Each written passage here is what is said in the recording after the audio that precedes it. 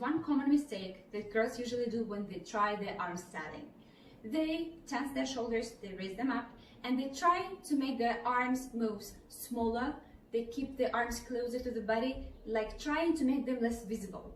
But actually, when we're talking about beautiful and gorgeous arms, we actually need to make them wider, as wide as possible, because this looks really beautiful.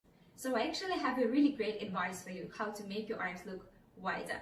First of all, when you are trying to raise your arm, for example, to the side, try to feel and try to imagine that your arm is growing from the shoulder joint, but it starts exactly from the center of your chest, and it's growing out from the center of your chest, from your torso.